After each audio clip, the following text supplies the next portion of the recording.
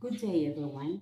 This is your teacher, Catherine Rosquites, to present you the topic in English 9 for Quarter 3, Weeks 1 and 2. Competency. Differentiate biases from prejudices. This time, I'm going to present to you two texts. The first text. Rick is a native African who is studying in Cambridge College. He has earned a scholarship for the reason that he is enrolled. Hines, who belongs to the white group of Cambridge youth, the group of campus geniuses, does not acknowledge the presence of Rick in the class. Every time there is a group study, he always avoids him. We have another text.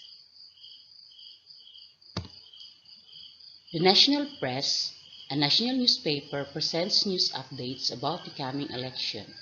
However, it only focuses on the Nationalistic Party, giving news reports of its national candidates and their campaigns while disregarding the updates of other political parties most of the time.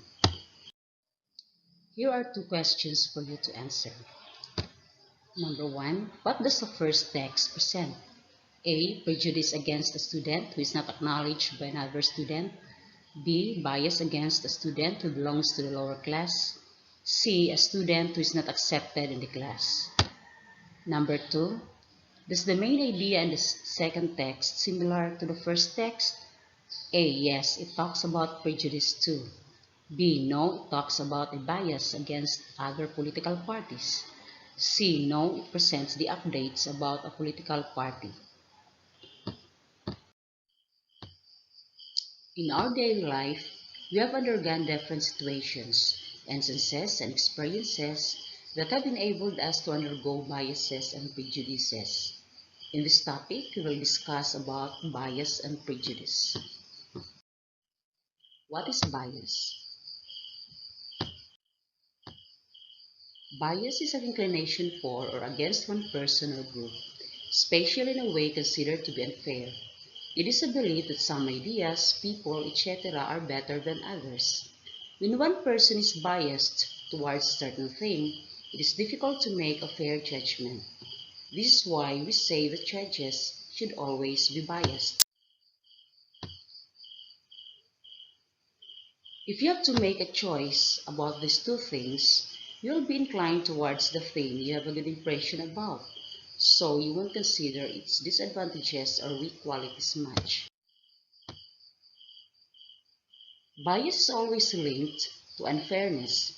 It means tendency to favor one person, group, thing, or point of view over another, often in an unfair way. If you have a good impression of something, then you're biased towards it. But if you have a bad impression of something, you're biased against it. For example, imagine that you are a teacher and you see two students fighting. You personally know one of them, so you jump to the conclusion that it was the other student who started the fight. Here you are being biased towards the student you personally know, but in reality, you really have no idea who started the fight. What is prejudice? Prejudice is a preconceived opinion that is based on actual experience or reason. It is often considered to be a negative, unfair towards a person based on that person's membership in a particular social group. Prejudice can be based on factors like religion, gender, age, caste, and race. For example, some people may consider all Muslim women to be illiterate and uneducated. This is actually a prejudice against religion and gender. Since you already know about bias and prejudice, let us try this activity. Read the following situations. Identify whether each situation is an example of bias or prejudice. Number 1. During apartheid in South Africa, non-whites were viewed as lesser than or inferior to their white counterparts based on opinion. Number 2. She won the contest because one of the judges is his father. Number 3.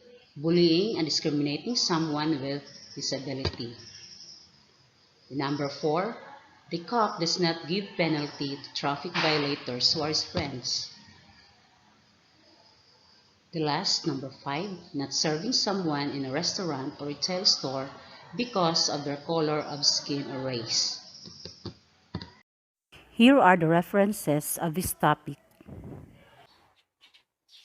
Thank you for listening to this video lesson.